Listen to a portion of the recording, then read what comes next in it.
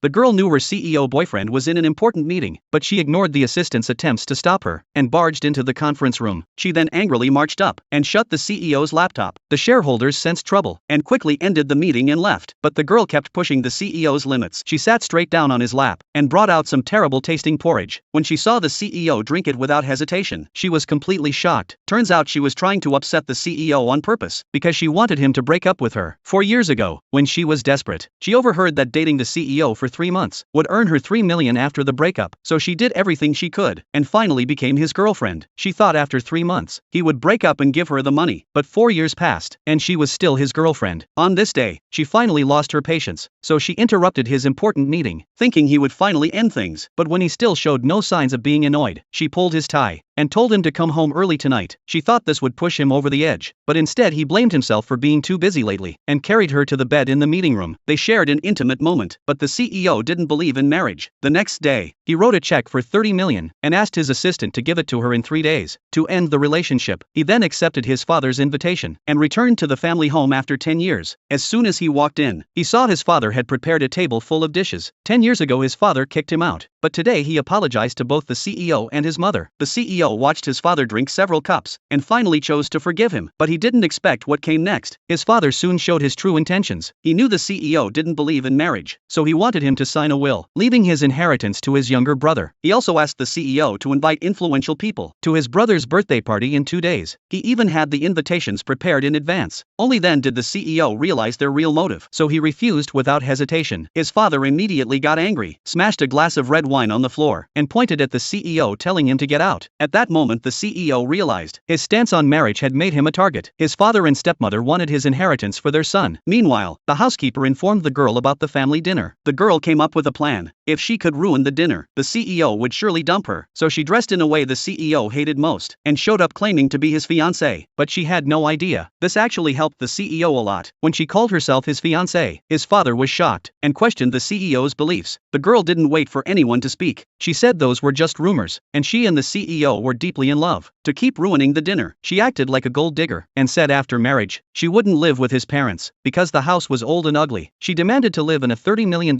Seaview home, but the CEO agreed with a smile. This scene stunned his father and the others. His half-brother immediately said the CEO was generous with his girlfriend, yet never bought a house for their father. Unaware the girl had more tricks up her sleeve, she then said as the CEO's fiancé, she would be the legal heir to his fortune after marriage. This made his father even angrier. He believed she was only after money to make them hate her more. The girl claimed the dishes were too oily for the CEO's stomach and flipped all the food onto the floor.